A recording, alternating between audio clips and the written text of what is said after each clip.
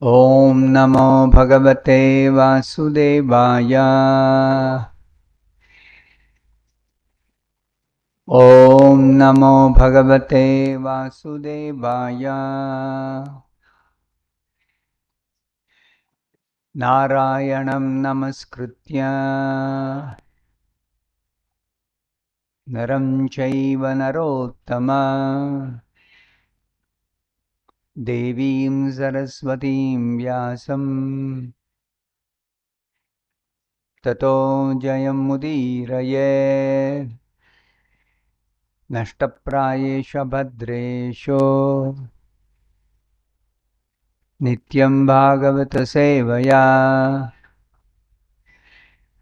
Bhagavati Uttama Shloke Bhaktir Bhavati Naishtiki. Reading from Srimad Bhagavatam, Canto 9, Chapter 20. The Dynasty of Puru, text number 17. Amoghaviryo Rajarishir. Amoghaviryo Rajarishir. Amoghaviryo Rajarishir. Mahishyam Viryam Adadhe. Mahishyam Viryam Adadhe. Mahishyam Viryam Adadhe. Shvobhute Swapuram Yataha. Shvobhute Swapuram Yataha. Shvobhute Swapuram Yataha. Kalena Asuta Sa Sutam. Kalena Suta Sa Sutam. Kalena Suta Sa Sutam. Amoghaviryo Rajarshe. Mahishyam Viryamadadhe. Shvobhute Swapuram Yataha. Kalena Suta Sa Sutam.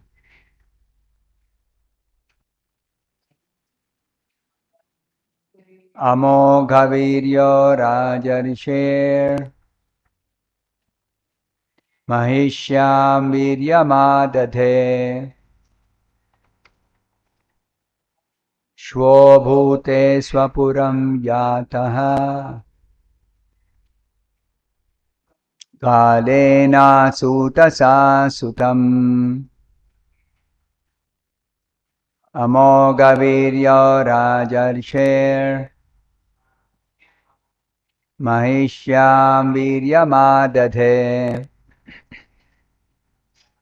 Shvobhute Swapuram Yataha. Kalena Suta Sa Sutam. Amoghaviryo Rajarshe. Mahishyam Viryamadadhe. Shvobhute Swapuram Yataha. Kalena Suta Sa Sutam. Amoghaviryaha. A person who discharges semen without being baffled, or in other words, who must beget a child. Rajarshihi, the saintly king Dushmanta. Mahishyam, into the queen Shakuntala. After her marriage, Shakuntala became the queen. Viryam, semen. Adadhe, placed. Shwaha bhute, in the morning. Swapuram, to his own place. Yataha, returned. Kalena, in due course of time. Asuta, gave birth. Sa, she. Shakuntala, Sutam, to a son. Translation by His Divine Grace A.C. Bhaktivedanta Swami Prabhupada. King Dushmanta, who never discharged semen without a result, placed his semen at night in the womb of his queen Shakuntala, and in the morning he returned to his palace.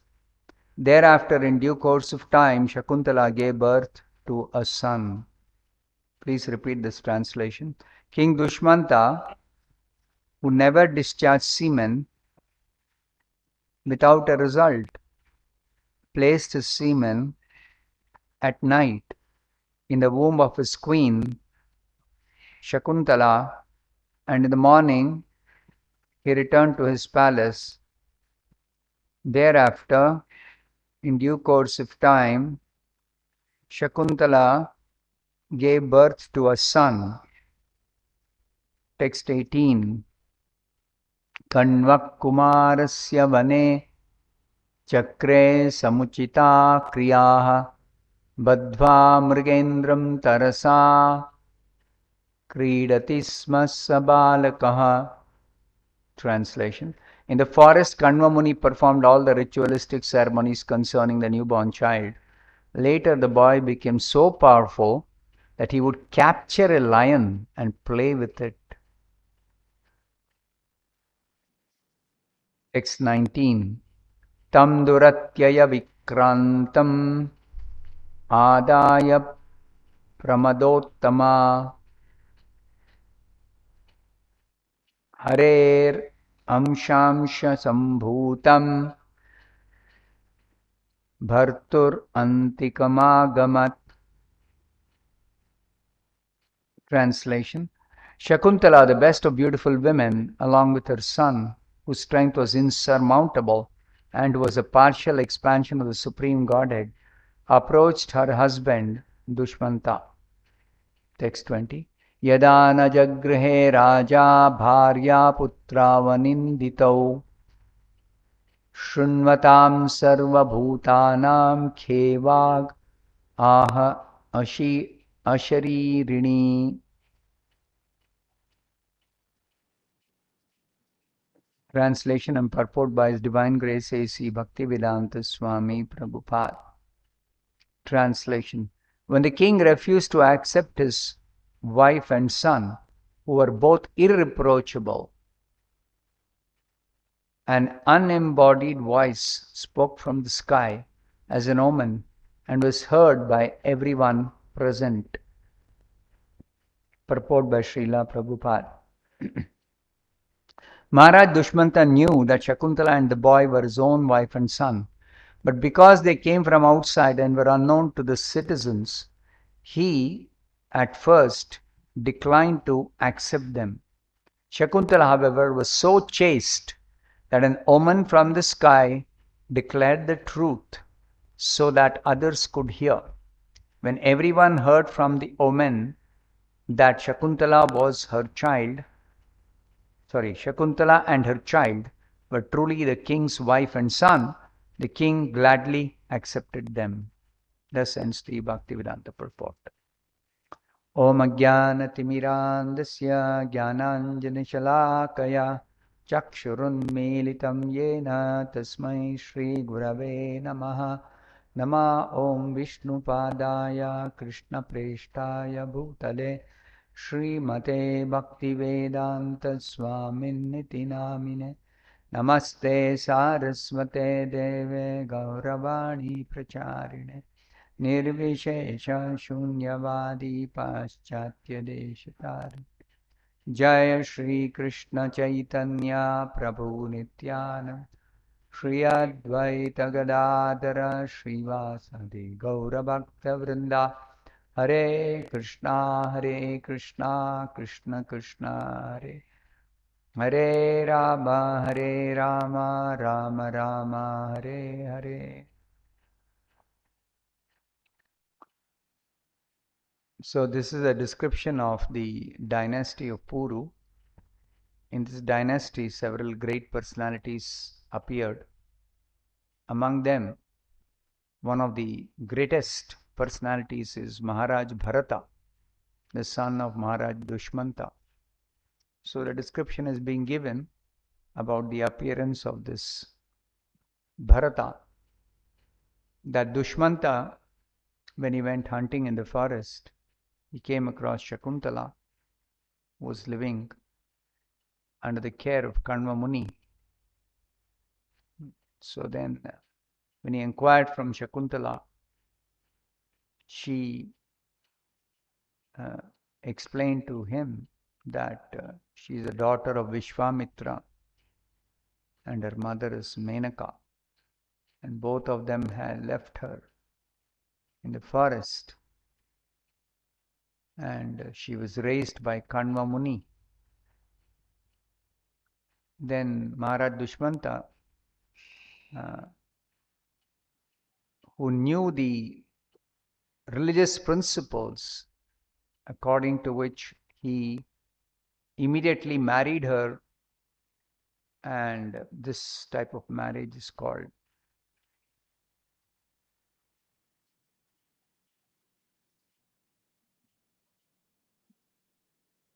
Gandharva Vidhina,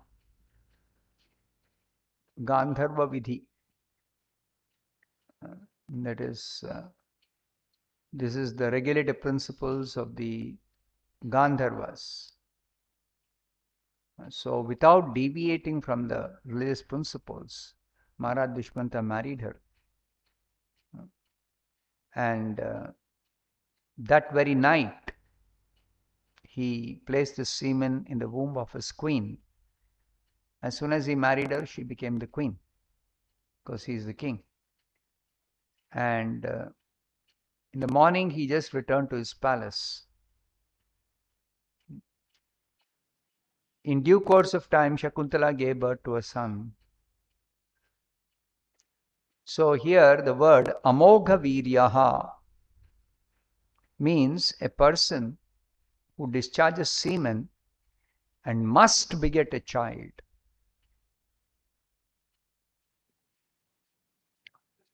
So this is possible for somebody who is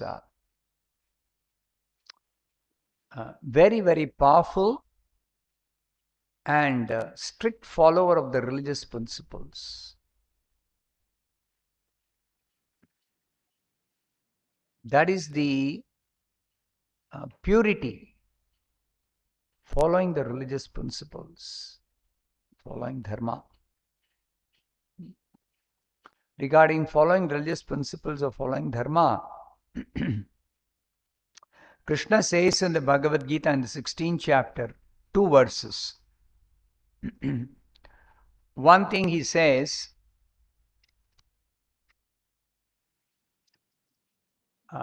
yaha shastra vidhim utsrujya vartate kamakarataha nasa siddhim avapnoti na sukham na param gatim. The 23rd verse of the 16th chapter. The meaning of this verse is, he who discards scriptural injunctions and acts according to his own whims attains neither perfection nor happiness nor the supreme destination. Shastra Vidhi. The scriptures are giving directions to the civilized human being so that human life can be made successful.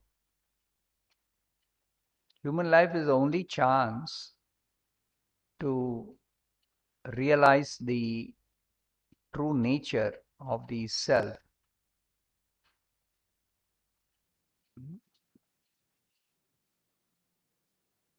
Self-realization is possible only in the human form of life. because the other forms of bodies are simply meant for some material fulfillment. Whereas in the human form, if one follows the Shastric injunctions, Shastra Vidhi, then one is able to elevate his or her life to the highest platform of self-realization.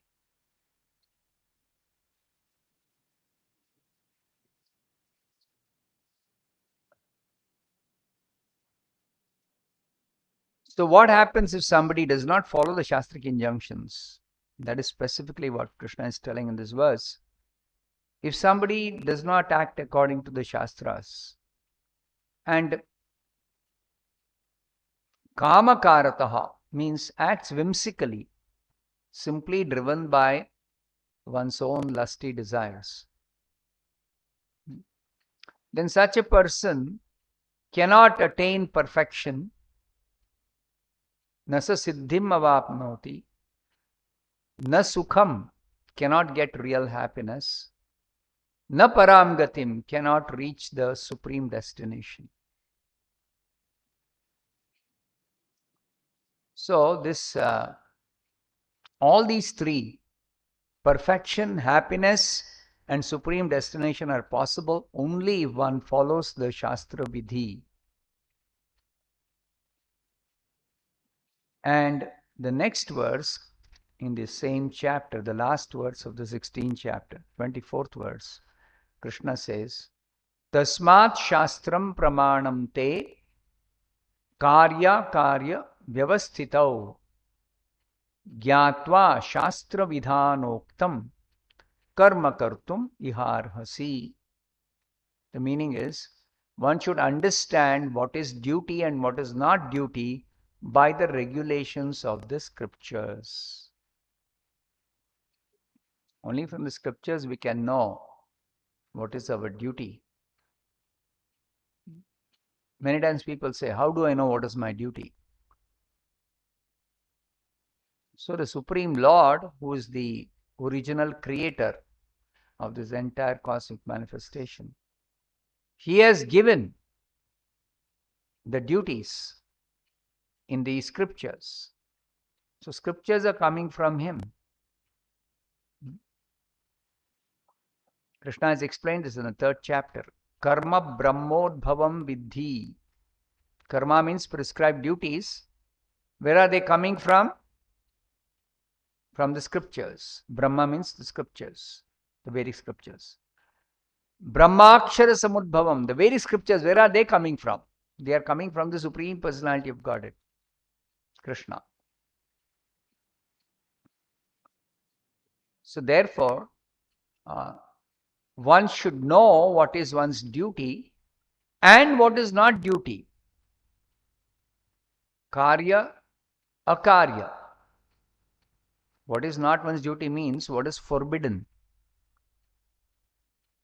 What is prescribed must do, and what is forbidden, what one must never do.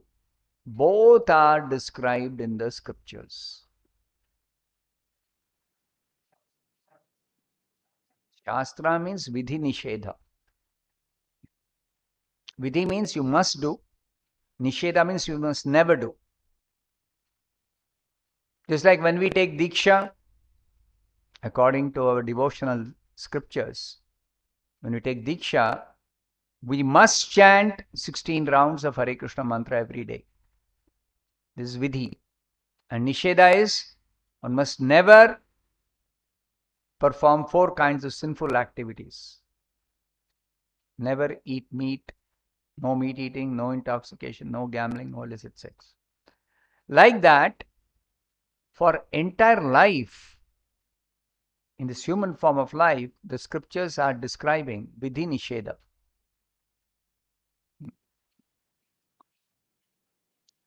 So, Krishna is telling here, one should understand what is duty and what is not duty by the regulations of the scriptures. What is forbidden and what is prescribed.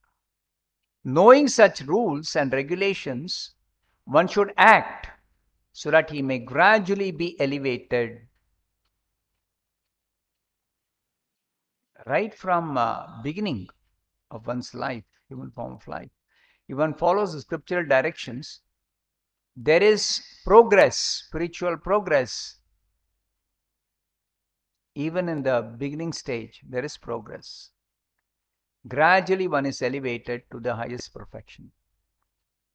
And as a result of that, following the rules, one is able to go back home, back to Godhead, get ultimate liberation from material bondage. So, the example now in the Bhagavatam of this principle, that this king, he is strict follower of religious principles. So he is described here as Amogha Viryaha. Means when he discharges semen, the purpose is to beget a good child. So he just discharged semen at night and went away the next day. There is no question of the conception not happening.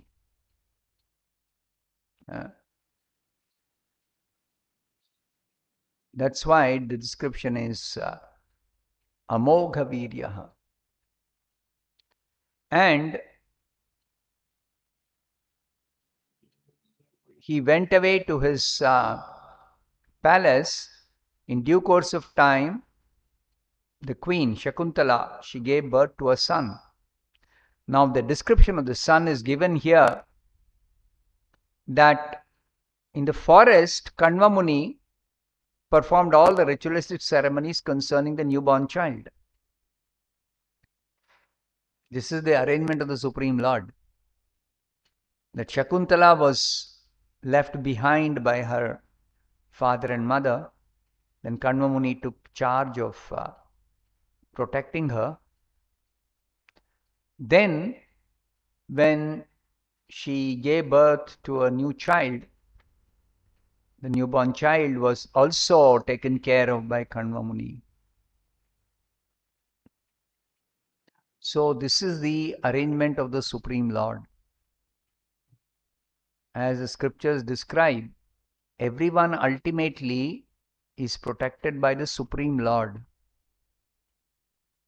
Now, somebody may be an instrument for the protection, but in truth, it is only the Supreme Lord who protects. And if somebody does not have protection, then that is also due to the Supreme Lord neglecting to give protection. Somebody may say, why should the Supreme Lord neglect anybody?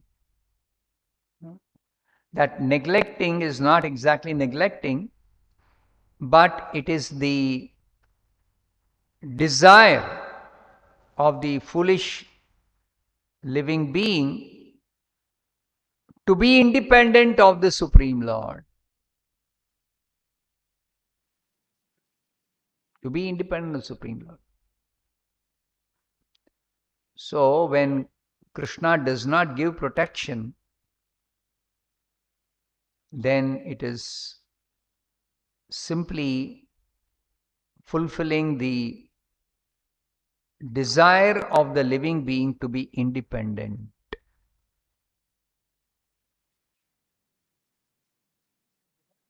But still, in spite of Krishna not giving protection at certain times, ultimately nobody is completely neglected. Because as spirit soul, being part and parcel of the Supreme Lord, everyone is always connected with the Supreme Lord through a specific relationship. That relationship is never broken, is never lost. But temporarily, Krishna makes arrangement that somebody may try to be independent. And that trying to be independent is this material existence. Another existence apart from the original existence in the spiritual world. So we should understand in our present condition, this material existence is not our real existence. Our real existence is spiritual existence. In our original relationship with Krishna, that is our real existence. This material existence is simply a temporary arrangement. Temporary arrangement. A chance is given. Prabhupada says, what is the purpose of this creation? Sometimes people speculate, and there are so many theories. What is the purpose of this creation? But the scriptures clearly describe the purpose of this creation is to give a chance to the conditioned souls to try to be independent. And when they realize that I cannot be independent and my only shelter is Krishna, then immediately their material existence is terminated. It's over, finished. It's just like somebody is seeing a very bad dream, and if in the dream they are suffering, they cry for help, then nothing is possible to be done in the dream by anyone. But a person who is awake outside the dream will say, wake up, wake up. And if the person who is dreaming responds to that call and wakes up, immediately the dream is finished. And when the dream is finished, the person is awake and completely says, oh, that was just a dream. A bad dream, but it was just a dream. Over, finished. So, scriptures describe our material existence exactly like a bad dream.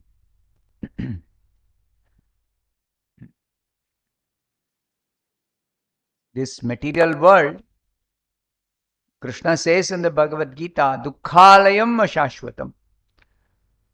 It is filled with miseries and it is temporary. So, scriptures help us understand how to understand this description.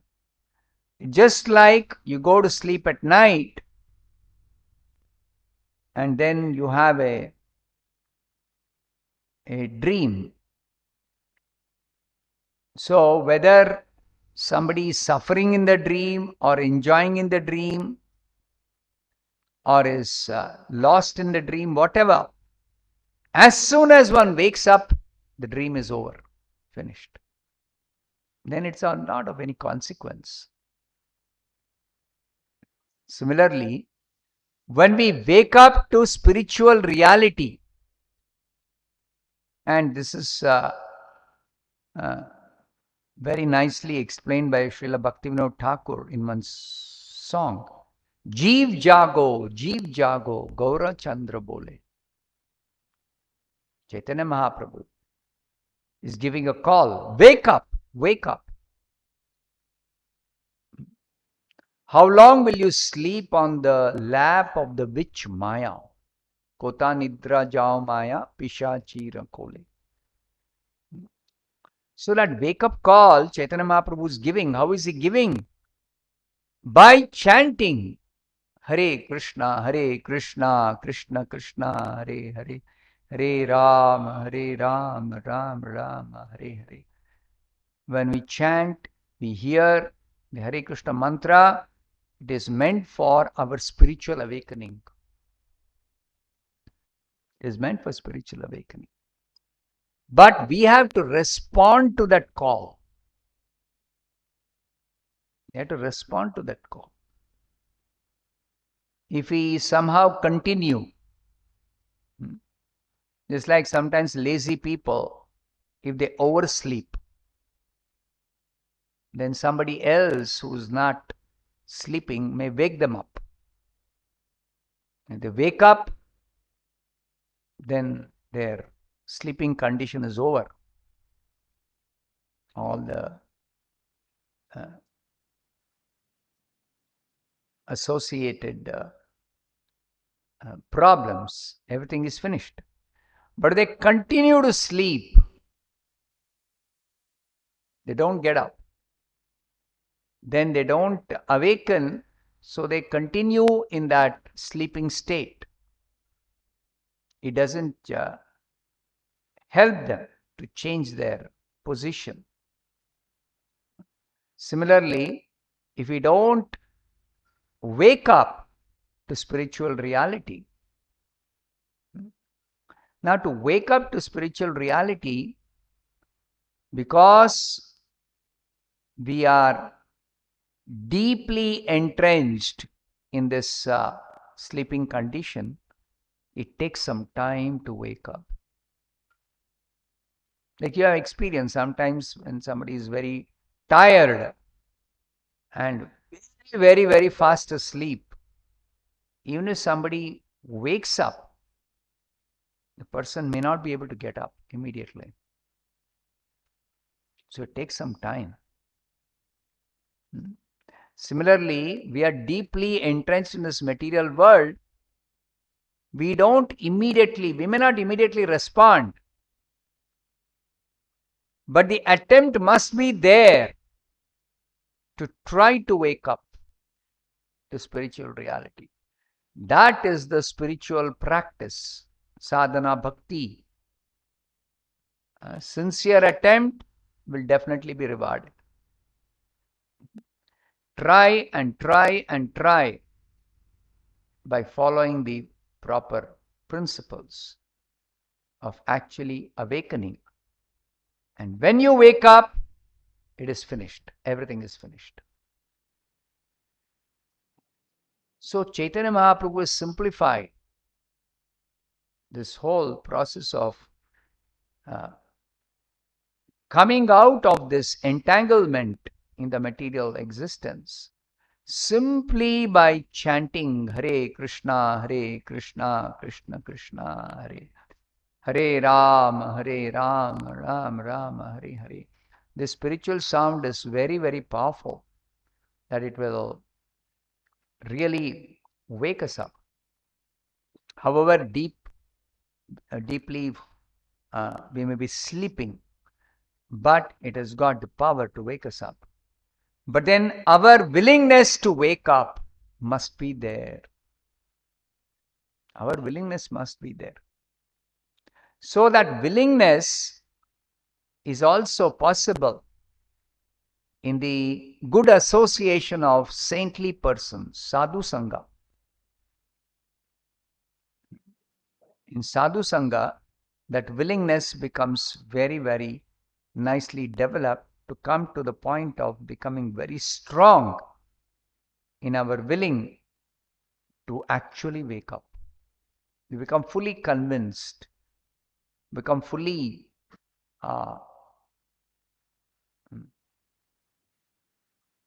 knowledgeable. Yes, when I wake up, all my problems are finished. So that saintly association is very, very important. Without such association, it is very slow or very difficult, even if somebody is following. the process, without association of good devotees, it is very slow. The process of awakening is very slow. So therefore, the example that is given here, this Dushmanta, he begot this son, such a powerful son he begot. He was so powerful, boy became so powerful that he would capture a lion and play with it. Small boy. Even powerful adults are not so easily able to capture a lion. This boy, you see, he's not having so many weapons and he's not trained in some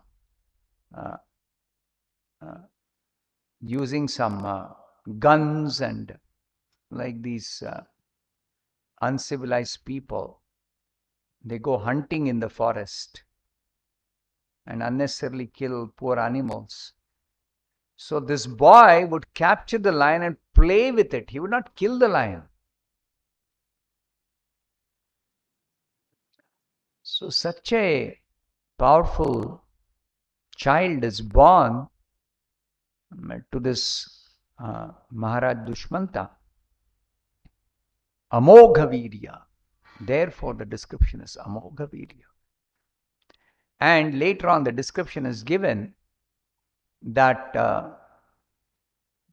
when the boy was sufficiently grown up, Shakuntala approached her husband, and the king initially refused to accept his wife and son. So Prabhupada says in the purport, even though he knew that Shakuntala is my own wife and this boy is my son, he's Amogha Virya. So he knew that the son would have taken birth and he would be growing up to be a very nice boy. But still he declined because nobody else knew about it in the kingdom. So then, because this king was actually the real father of that boy, and Shakuntala was his actual wife, and Shakuntala herself was very chaste. She was very chaste. So, because of her chastity, there was a Asharira Vani, Asharira Vak, a sound vibration from the sky, unembodied voice. Means nobody can see who is speaking, but the voice declared that this Shakuntala, and of course that's there in the later verses, that the Shakuntala and this boy are your wife and son. Then the king gladly accepted both of them. He just wanted this confirmation. So these are all very extraordinary happenings because these are the arrangements of the Supreme Personality of Godhead even in this material world. In the life of those who are strict followers of the religious principles, in the life of devotees, everything is arranged by the Supreme Personality of Godhead, even in this material world. Of course, in the spiritual world, Krishna is the only one who arranges for everything for his devotees. But in the material world, for the non-devotees, Krishna has arranged through the laws of karma that everything should happen. And for the devotees, it is not just the laws of karma, but it is the Supreme Lord who personally takes care of the devotees and arranges everything in their life. Like we study the life of the Acharyas, life of Srila Prabhupada, how Prabhupada simply carried out the order of his Guru and everything happened. It is not easy to understand all the events that happened in Prabhupada's life, especially after he went on board that ship Jaladuta to America. Right from the time he set foot on that ship, the whole journey itself, voyage itself, and later on, everything that happened, in just 12 short years, how many things happened? What all happened? So this is completely arranged by Krishna. Completely arranged by Krishna. It's inconceivable. Achintya. Yam Shama Sundaram Achintya Gunaswarupam. Krishna's all qualities, his activities, his arrangements, his potencies are all inconceivable. And by inconceivable arrangement, so many wonderful things happen and continue to happen.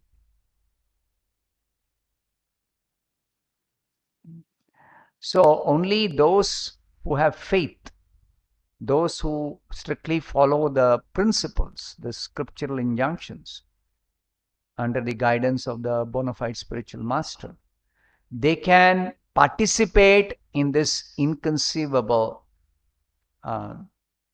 happenings in this, even in this material world. And others will simply be onlookers, and they may criticize, or they may not believe, or they may be bewildered,